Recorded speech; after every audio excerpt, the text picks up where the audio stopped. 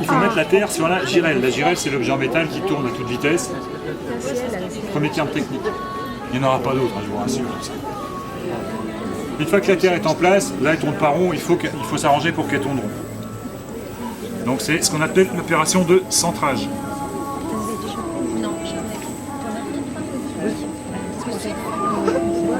Ça devient de plus en plus haut. Là, je suis juste en train d'homogénéiser un peu la terre, c'est-à-dire de la rendre à peu près partout pareil, pour être plus simple. Oh, ça monte. Waouh.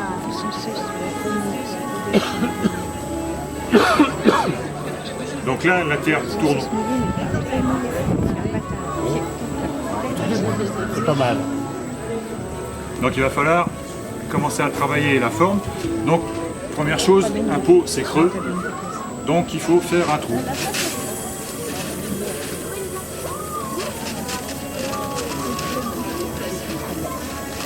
Donc une fois que le trou est fait, il faut faire un fond. C'est-à-dire qu'en fait je remets le doigt à l'intérieur en empêchant la terre de partir trop loin vers l'extérieur. C'est un équilibre entre la pression intérieure et la pression extérieure de la main gauche et de la main droite.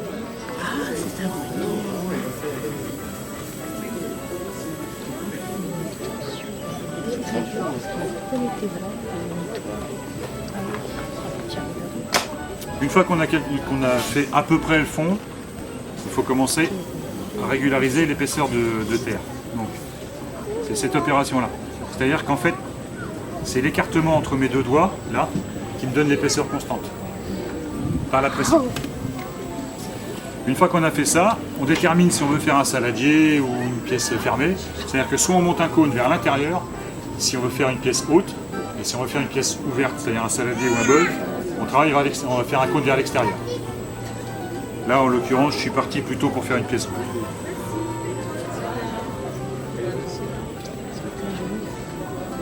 Alors comme je bavarde, en plus j'ai oublié que j'avais déjà fait l'opération, donc c'est pas grave, j'ai fait une deuxième fois. Vous avez le droit de poser des questions si vous avez envie. Moi ça m'arrange. Vous décidez toujours dès le départ ce que vous allez faire ou vous laissez un peu guider par la voix? Bah si, quand je suis dans mon atelier, je sais exactement ce que je veux faire.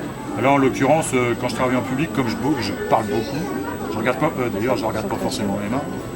Donc quelquefois je fais des petites erreurs de tournage, donc du coup je corrige en fonction de la forme.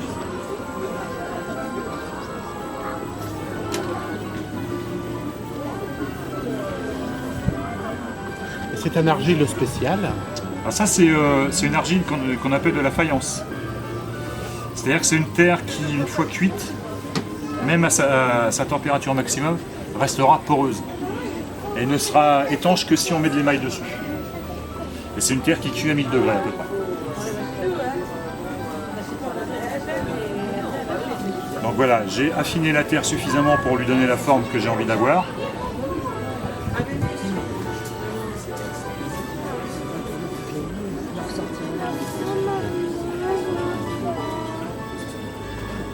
J'ai même un peu trop affiné la terre d'ailleurs.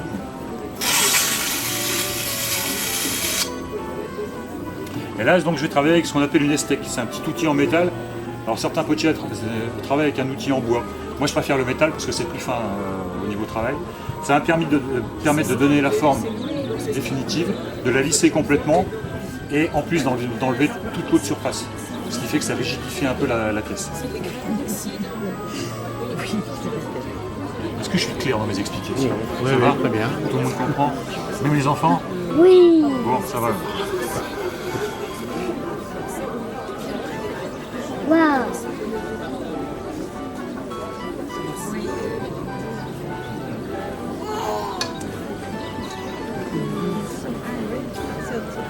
C'est beau comme ça. Mais je vous rappelle qu'il n'y a pas de questions idiotes. Hein. Donc allez-y, les enfants, si vous avez envie de savoir des trucs, parce que les grands, ils n'osent pas poser des questions.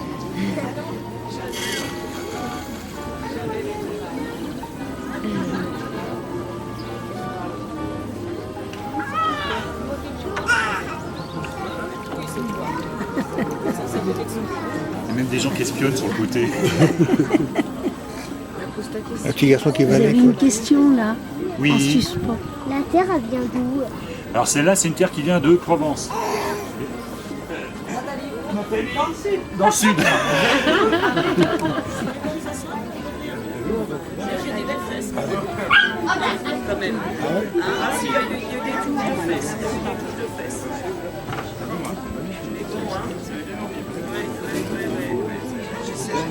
Est-ce que vous êtes habitué à... Et vous arrivez à descendre jusqu'à quelle épaisseur en travail comme ça? Dans l'absolu, maximum 5 mm. 5 mm. Minimum 5 mm. Au-delà de 5 mm, la terre a tendance à s'effondrer avec l'eau intérieure et c'est plus jouable.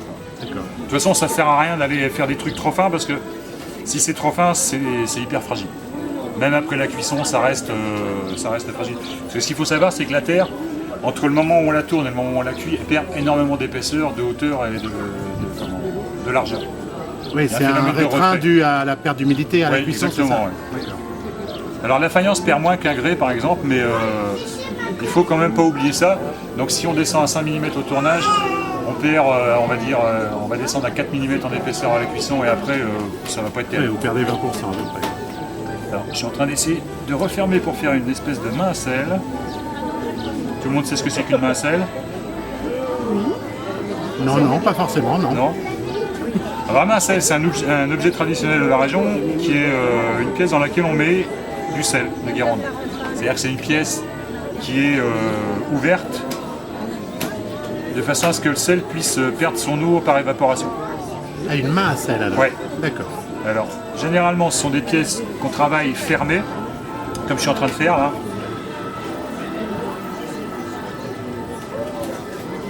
Et qu'on ajoure après séchage partiel.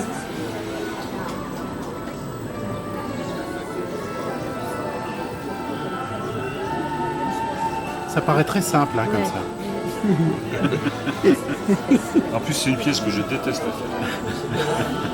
Non, je déteste pas, faut pas exagérer. Donc en fait, vous voyez cette pièce-là, une fois qu'elle aura sa forme définitive, je vais la mettre à sécher jusqu'à la consistance cuir, c'est-à-dire que je peux la manipuler sans la déformer, mais elle est encore suffisamment molle pour que je puisse la travailler au couteau pour faire l'ouverture dedans.